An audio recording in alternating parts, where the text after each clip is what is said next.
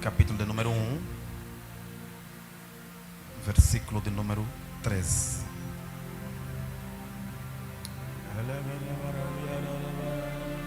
Assim diz a palavra do Senhor. Nele também vós, tendo ouvido a palavra da verdade, o evangelho da salvação, e nele também crido, fostes selados com o Espírito Santo da promessa. Fostes selado? Com o Espírito Santo da promessa. Fostes selado, igreja? Com o Espírito Santo da promessa. Toma o seu lugar.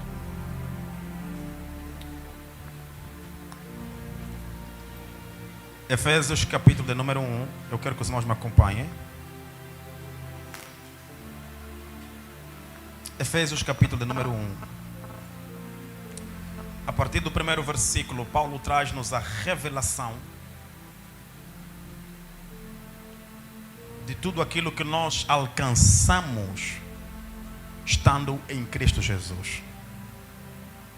E Paulo começa a manifestar a partir do primeiro versículo, segundo versículo, terceiro versículo. Paulo começa a nos mostrar que em Cristo nós fomos abençoados com todo tipo de bênção. E essas bênçãos Paulo chama de bênçãos espirituais. Não bênçãos físicas, bênçãos espirituais. E essas bênçãos espirituais envolvem a nossa redenção. Essas bênçãos espirituais envolvem a adoção que nós ganhamos em Cristo. E várias vezes já ouvimos em pregações, em Efésios capítulo 1, versículo 3, que Deus nos abençoou com todas as bênçãos, e nós aplicamos ela no âmbito carnal, no âmbito das coisas materiais. Mas o que Paulo está a dizer é uma bênção muito acima das coisas materiais. Paulo está a dizer que nós fomos abençoados em Cristo com todas as bênçãos espirituais nos lugares celestiais. E nos versículos a seguir, Paulo começa agora a explicar que bênçãos são essas. Paulo começa a falar que nós fomos adotados nele. Nós não éramos filhos, nós estávamos perdidos. Mas por causa de Cristo, nos tornamos filhos, assim como disse João. Ele veio para o que eram os seus, mas os seus não o receberam. Mas a todos quantos o receberam, deu-lhes o poder de serem feitos filhos de Deus. E Paulo continua falando não apenas da bênção da adoção, também fala da bênção da predestinação. Ele fala da bênção da regeneração. E ele fala da bênção da escolha, aqueles que foram escolhidos nele, antes mesmo da fundação do mundo.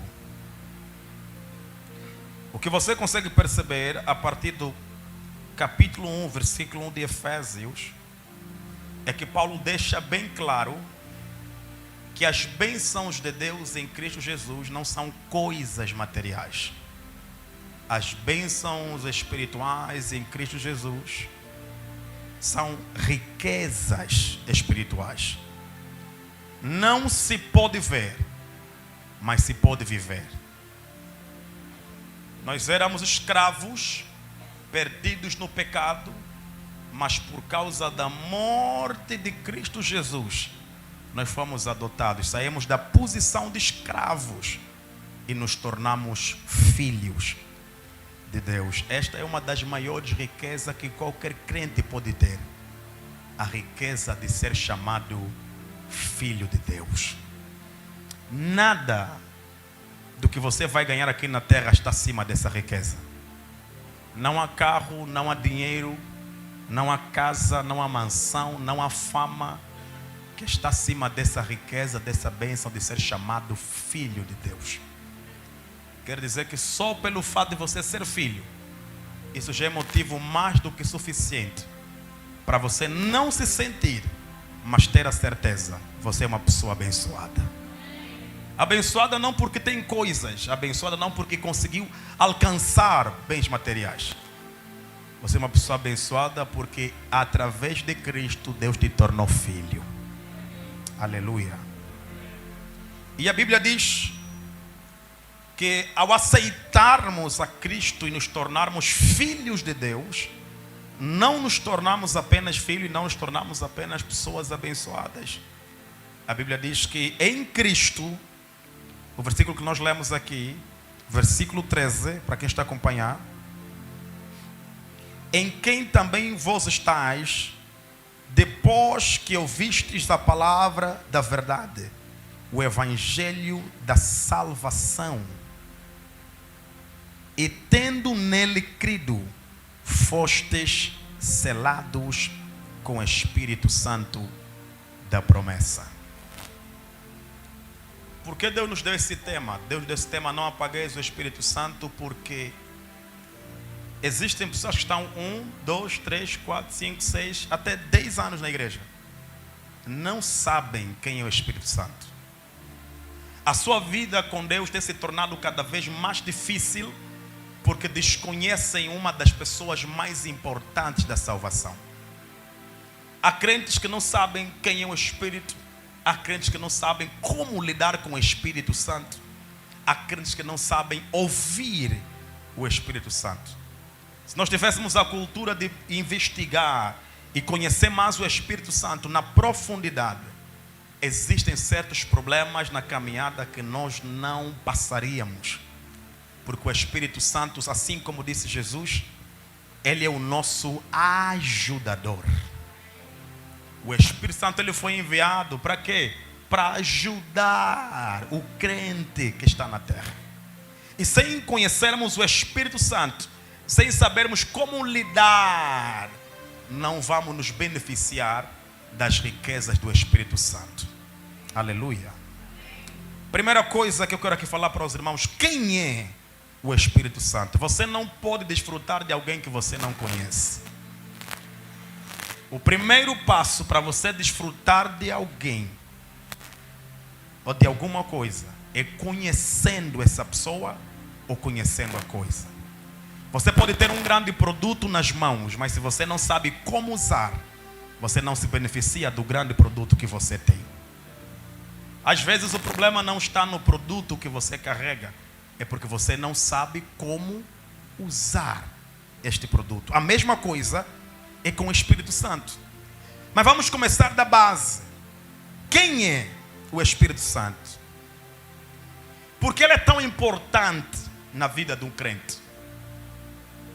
Porque ele aparece no batismo nas águas, quando Jesus orientou dizendo: ide por todo mundo, fazer discípulos a todas as nações, batizando em nome do Pai, do Filho e do Espírito Santo.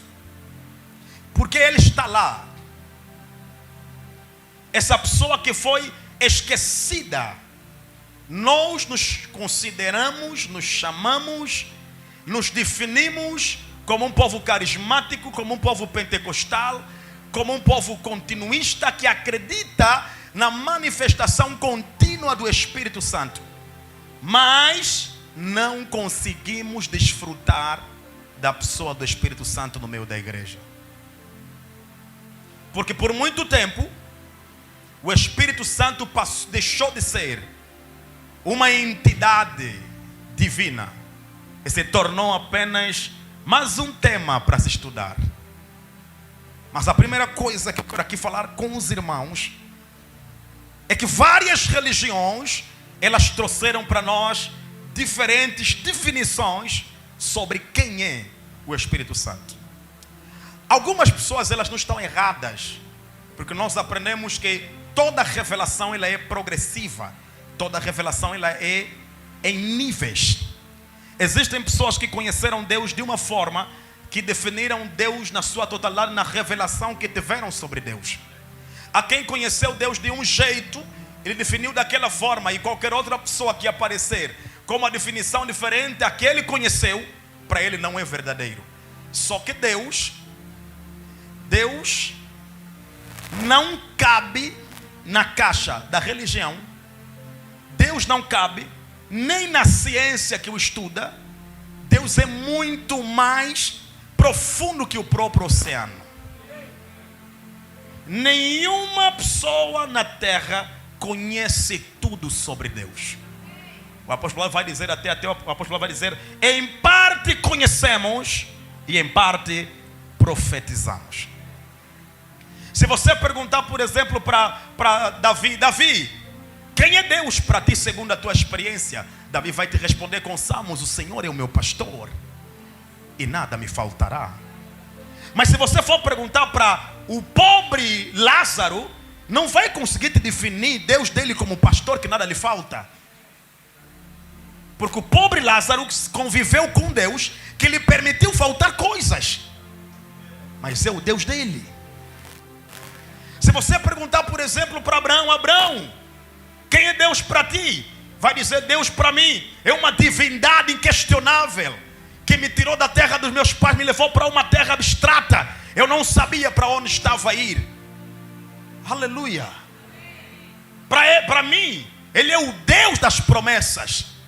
Prometeu, passou tempo, mas aprendi que o Deus que eu sirvo é um Deus fiel às suas palavras. Mas se você perguntar, por exemplo, para Jó, quem é Deus para ti? Vai dizer: não, Deus para mim não é essa promessa aí. Deus para mim é um ser divino, que apesar de eu ser íntegro, Ele também me permite passar pelos problemas. Quer dizer que o meu Deus é um Deus do equilíbrio. Mesmo que eu seja íntegro, isso não quer dizer que eu não vou sofrer na vida. Cada pessoa na Bíblia teve uma revelação diferente de quem é Deus. Se você perguntar para Moisés, quem é Deus? Moisés vai dizer: Deus é o libertador. Porque a forma como Deus se manifestou para Moisés: eu sou o Deus que liberta. Se você perguntar para Josué, quem é Deus? Josué vai dizer: Deus é o Deus da continuidade, que Ele pode começar uma coisa com outra e terminar com a outra pessoa. Deus é o Deus da continuidade. Cada pessoa na Bíblia teve uma revelação diferente, mas é todo o mesmo Deus. Não são vários deuses. É o mesmo Deus que, em função do contexto da estação, Ele se revelou diferente para diferentes pessoas. Aleluia. Então ninguém sabe tudo sobre Deus. E eu aqui quero entrar, por exemplo, numa análise bem espiritual para alguém entender. Se você for, por exemplo, para algumas religiões, e você vai perguntar: quem é Jesus para ti? Vão dizer: Jesus para nós é um mestre que existiu, é um profeta que Deus usou e foi muito influente e causou impacto para a sua geração. Se você for, por exemplo, para algumas religiões, você vai perguntar: e quem é o Espírito Santo? Vão dizer: o Espírito Santo é uma força ativa de Deus. Agora, eles estão errados? Eles não estão errados. A força ativa não é Ele, é uma das formas como Ele se manifesta. Eles conviveram com Deus ao ponto só de descobrir que o Espírito é uma força. É o nível da revelação deles. Eles conheceram Deus na força. Só que alguns que foram mais longe disseram: Ele não é força. Porque uma força não fala. Uma força não sente. Uma força não tem intenções. E quando entramos aqui, começamos a entender que desde Gênesis a Apocalipse, o Espírito Santo não é força. Ele pode se manifestar como força, mas Ele não é a força que se manifesta. Ele pode se manifestar como vento, mas Ele não é o vento que se manifesta. Alguém está comigo aqui nesse lugar?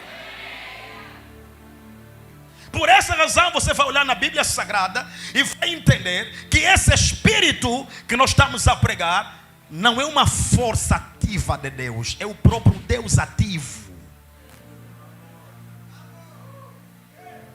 Ele não é a força de, Ele é o próprio Deus.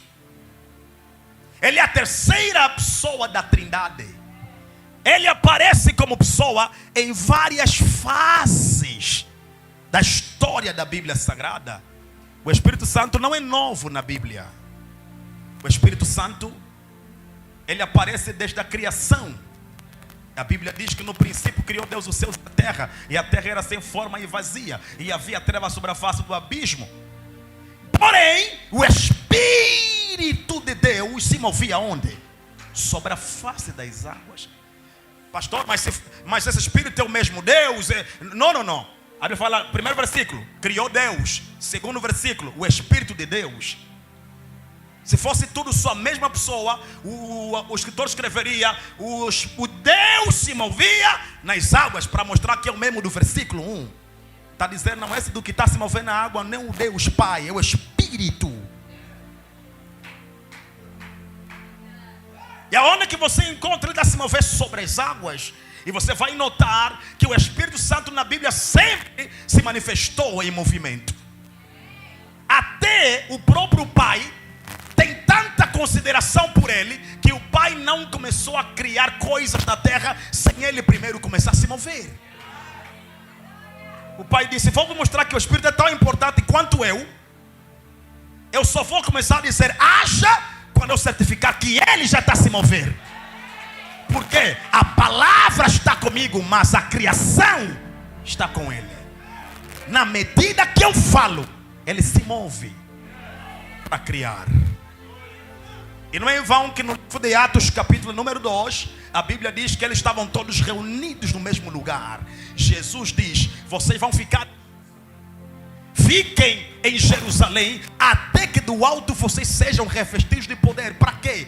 Para serem minhas, o que, igreja? Testemunhas.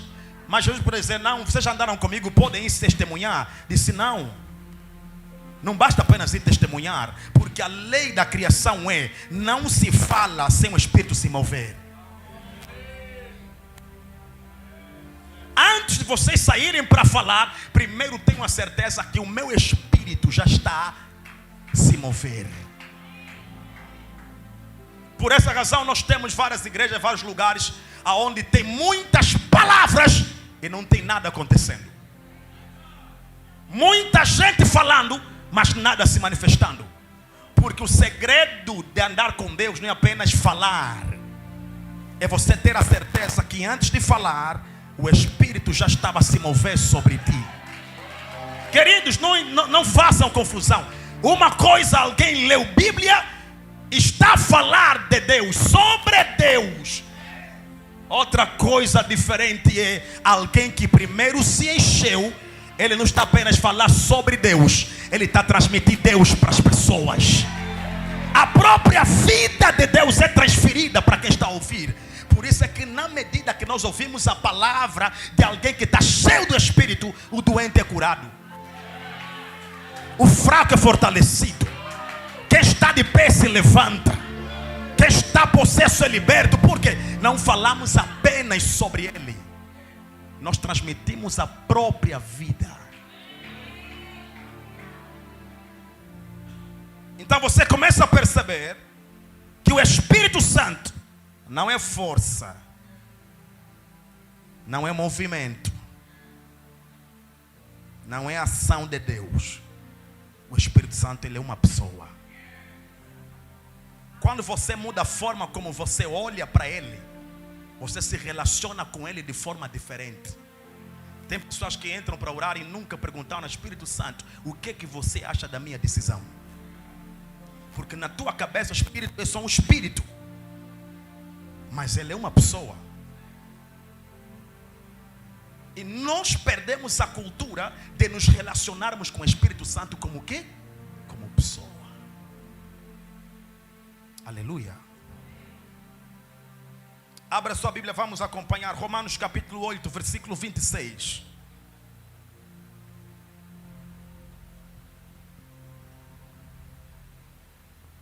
Romanos capítulo 8, versículo 26. Para quem está a escrever, escreva.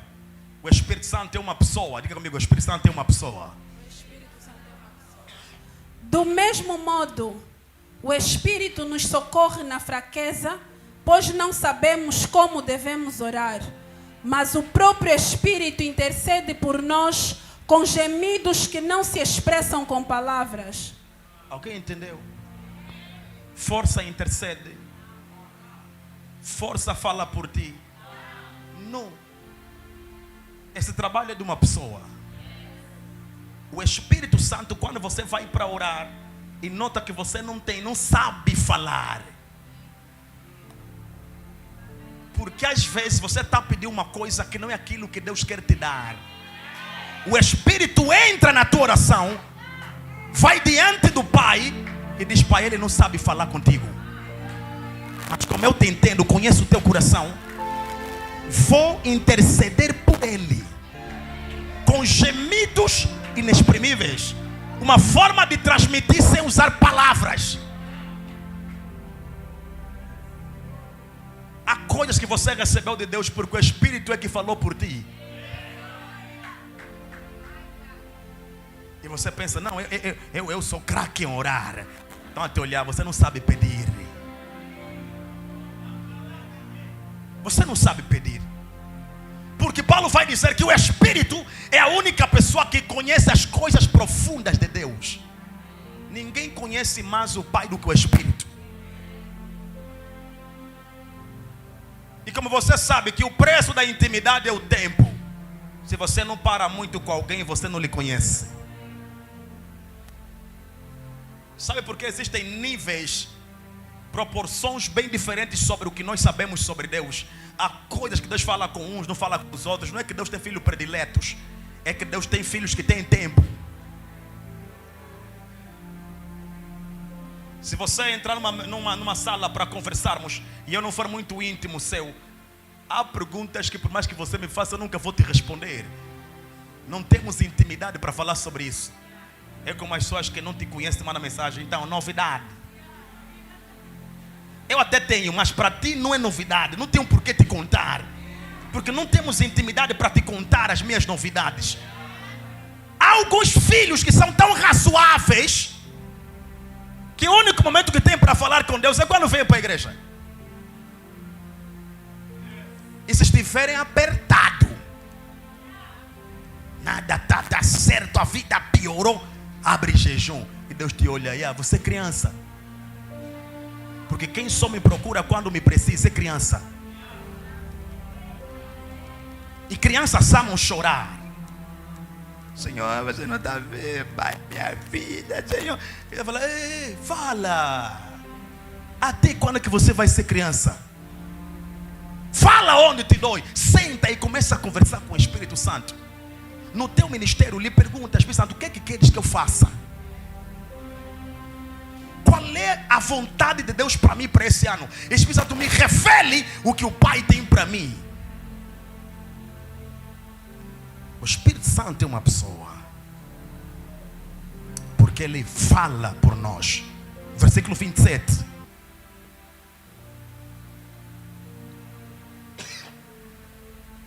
Começaram a esvaziar as coisas. Entende essa história?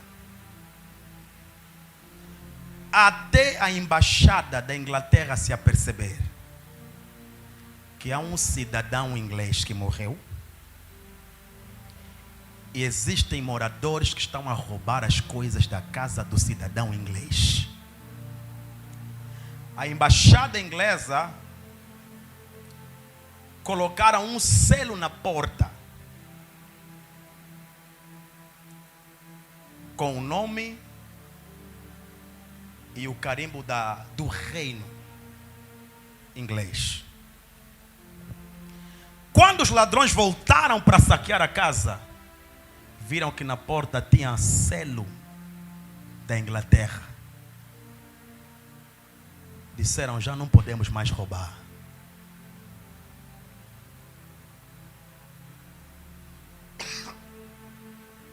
Aleluia. Já não podemos mais o quê? Roubar.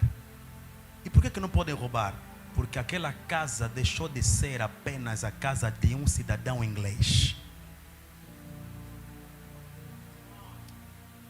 É uma propriedade inglesa. Mas não está a viver lá ninguém. O problema não é quem está lá a viver. O selo. O selo, sem ninguém falar absolutamente nada, lhes pregou: está proibido mexer nessa casa. Deixa ele fazer entender a importância do Espírito Santo na vida de um crente. Agora pensa comigo. Se uma casa que tem um selo de um reino, sem ninguém falar absolutamente nada, o ladrão que vinha para roubar, ao olhar para aquele selo, ele entendeu: já não tenho autorização para roubar. Porque se eu roubar, não tenho problema com o dono da casa. Se eu roubar, terei problema com o reino inglês. Mas ninguém foi lá dizendo: não rouba mais. O problema é o selo. Porque o selo significa: esta casa está segurada, esta casa está protegida. E é isso que Paulo vai dizer: quando vocês receberam o evangelho da verdade e vieram para a salvação, o Espírito Santo lhes foi dado como selo. Selo quer dizer o quê? Se uma casa humana nenhum homem pode tocar, porque tem selo de um reino. Imagina quando você se converteu, ao nascer de novo. Paulo está dizendo que o Espírito Santo entra para a sua vida como um selo, significando que a partir do momento que o Espírito Santo entra para a sua vida como selo da salvação, ele está a dizer: essa casa está segura, ninguém mais tem autorização para mexer. Eu não sei se você está a entender isso. O que eu quero dizer é que não há motivos de preocupação, não há motivos para confrontar as trevas. A partir do momento que você nasceu de novo, o Espírito Santo entrou sobre a sua vida e não colocou o selo dos homens, colocou o verdadeiro selo do Espírito. O Espírito habitando em ti, ele é o selo da segurança. Significa: não podes mais tocar. Tocava antes, mas agora que nasceu de novo, já tem o selo do Espírito. Já não toca nele, porque já não é templo humano, ele é templo do Espírito Santo. Selo da segurança. Por essa razão, Jesus aparece para Paulo a caminho de Damasco e diz: ó Paulo, para onde você vai? Eu vou. Mas quem te mandou me perseguir? Disse: Senhor, não te conheço, nunca te vi. Problema não é me ver, o problema é que você está a atacar alguém que já tem o selo do Espírito. E se você toca alguém que já carrega o selo, você tocou na república toda. Por essa razão é que a igreja na terra é a embaixada de Cristo. E quando você nasce de novo, você está selado pelo Espírito. Significa: a treva não tem poder sobre a tua casa, a treva não tem poder sobre o teu ministério, a treva não tem poder sobre a tua vida.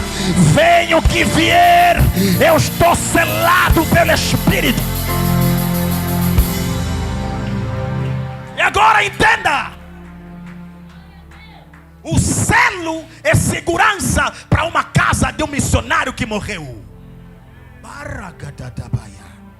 Por isso Paulo vai dizer: já não vivo mais eu morri. Mas quando morri, há um Espírito, um selo que me foi dado. Jesus me marcou. Lembra a história de Jacó? Caim, quando matou seu irmão, disse: se eu andar vão me matar. Eu disse: vou colocar uma marca em ti, um selo. Qualquer pessoa que te olhar vai saber: não se toca no Caim. É isso que o Espírito fez com a igreja, fez contigo. Pode tocar em tudo, mas não mexa na igreja. Eu vim dizer: querido, para de lutar contra o feiticeiro, para de lutar contra os homens. Você é uma casa selada pelo Espírito. E se ele habita em você, não há praga que te vença, não é pecado que te vença, não há doença que te vença. Eu estou selado pelo Espírito. Estou selado. Por essa razão, queridos, o que nos mantém salvos e seguros não é a nossa oração, não é o nosso jejum, não é a nossa montanha, não é o selo do Espírito. Por isso louvamos pela presença do Espírito que habita dentro de nós. A Bíblia ainda declara em Daniel capítulo 6, quando colocaram Daniel na cova dos leões, o rei Dario pegou uma pedra e colocou na porta da cova. E quando colocou a pedra na cova, ainda colocou lá um selo. Significa: ninguém tira essa pedra. A palavra e o selo do rei na pedra significa: ninguém tem autorização para tirar essa pedra.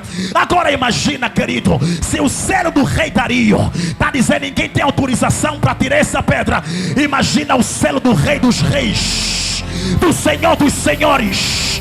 Por isso eu vim falar para alguém: valoriza o Espírito Santo, ame o Espírito Santo, glorifica o Espírito Santo, conheça o Espírito, porque Ele é o selo. Eu estou de pé até agora, não é a minha inteligência, não é a minha oração, é o selo do Espírito. Eu disse: eu estou selado pelo Espírito. Tem mais aqui um homem e uma mulher que estão selados pelo Espírito. A Bíblia diz: nós estamos selados e o inimigo não pode tocar em nós, o maligno não pode tocar em nós. Não é pela oração, não é pelo jejum, mas é por causa do selo. Oh, aleluia! Pastor, eu me converti agora. Está selado. Só tenho 2 meses. Está selado. Só tenho 1 ano. Está selado. Isso não tem a ver com o tempo de cristianismo, tem a ver com arrependimento genuíno. Você está em Cristo Jesus, está selado. O maligno não toca, a praga não toca, a doença não toca, a maldição não toca. Estamos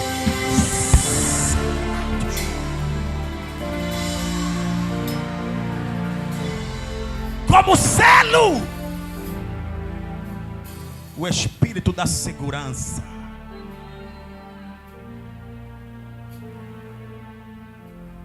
Declare comigo: eu estou seguro. Em paz me deitarei, em paz acordarei. Não é por causa de mim, mas é porque eu estou selado pelo Espírito. Eu estou selado pelo Espírito. Oh, aleluia, selado pelo Espírito. E o selo quer dizer segurança, proteção. Tem alguém comigo? O rei Dario colocou a pedra e na pedra colocou o selo. Aqui ninguém mexe. Deixa eu só transmitir para quem entende palavra. O rei Dario pegou na pedra, colocou o selo e disse: aqui ninguém mexe. Selo na pedra significa que ninguém mexe. Selo na pedra quer dizer aqui ninguém mexe. Eu vou falar até alguém entender. Selo na pedra quer dizer aqui ninguém mexe. E Pedro disse: vocês desprezaram aquele que era a pedra principal. E a pedra principal disse: ficar em Jerusalém, porque vai descer o selo. E se eu habitar em vocês, sou a pedra, o Espírito é o selo. Se Jesus habita em mim, Ele é a pedra. Se o Espírito veio, então a pedra está selada em mim. Quer dizer, no ministério de quem carrega o Espírito, na família de quem carrega o Espírito Santo, na vida de quem carrega o Espírito Santo. Por isso eu vim dizer: minha querida, levanta-te, conheça mais o Espírito, pare de ter medo de Satanás, porque aquele que você recebeu te selou na carne, te selou na alma, te selou no Espírito, e ninguém pode tocar aonde tem o selo do Espírito. Selado. Selo significa segurança. Mas não só segurança, selo significa propriedade. Selei é meu. Nessa noite eu vim falar para alguém. Quando Ele te sela com o Espírito, a dizer: a partir de hoje você é uma propriedade exclusiva de Deus. Pare de falar mais do problema do teu pai, da tua mãe, do teu avô, do teu tataravô. Ele te selou e te tornou uma propriedade exclusiva do Espírito Santo. Eu vim pregar para mulheres e homens que são propriedade exclusiva do Espírito Santo. Assim como diz a palavra, vós sois o templo do Espírito e não sabeis que Ele habita dentro de vocês. E eu vim falar com alguém: você está a andar com o Espírito, você dorme com o Espírito, você prega com o Espírito, você canta com o Espírito, você se move com o Espírito. Ele não sai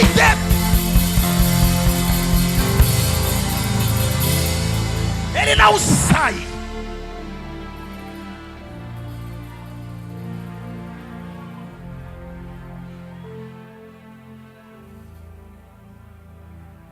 Selado. O selo também significa autorizado.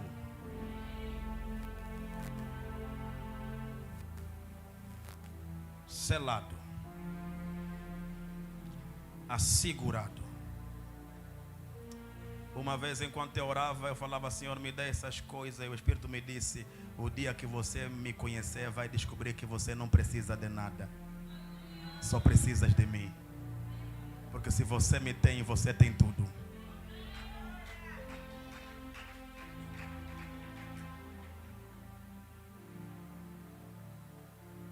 Ergue as tuas mãos a Jesus. Declare comigo: o Espírito Santo é o selo dos salvos.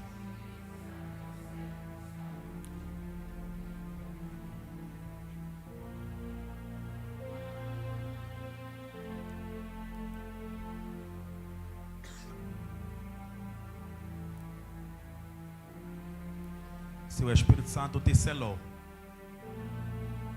ao se converter,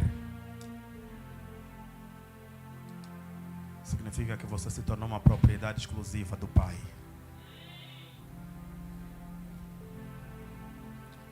Você não pertence mais às trevas, você não pertence ao mundo, você pertence ao Espírito Santo.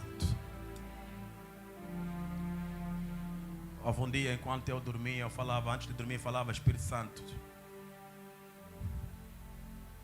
se você é verdadeiro do jeito que te pregam, eu quero te conhecer. Porque uma coisa, querida, é nós lhe conhecermos porque lemos. E outra coisa é lhe conhecer porque Ele também nos apareceu. E enquanto dormia, depois da oração de madrugada, eu me via espiritualmente nos ares.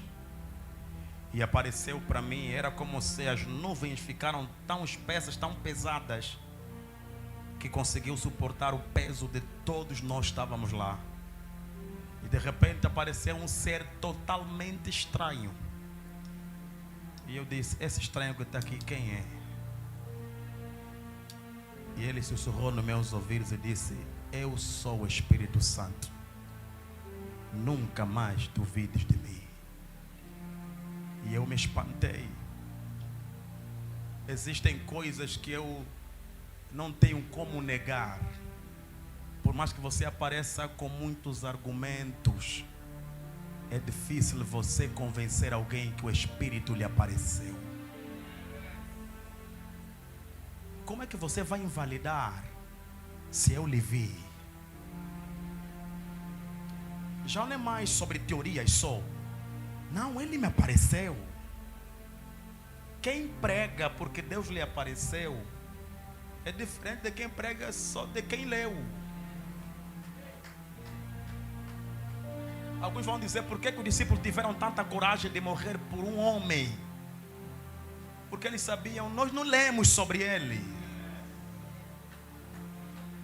andamos com ele, comemos com ele, nós vimos ele operar.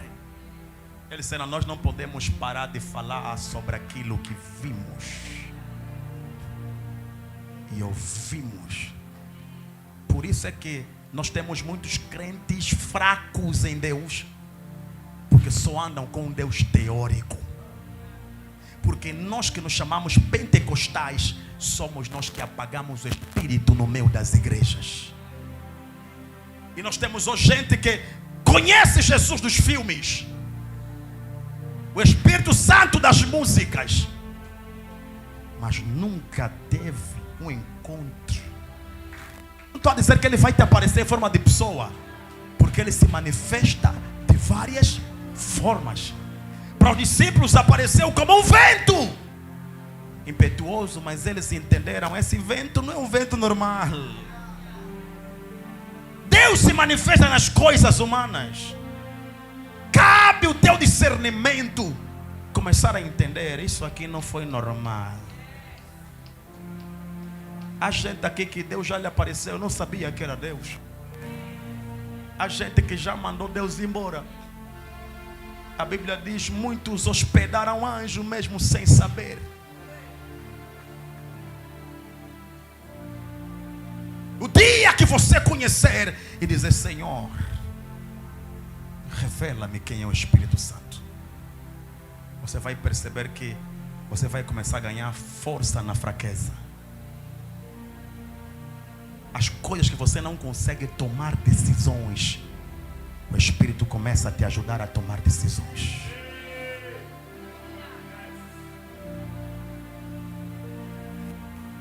Vamos levantar nossas mãos. Nós queremos convidar o Espírito Santo a se manifestar.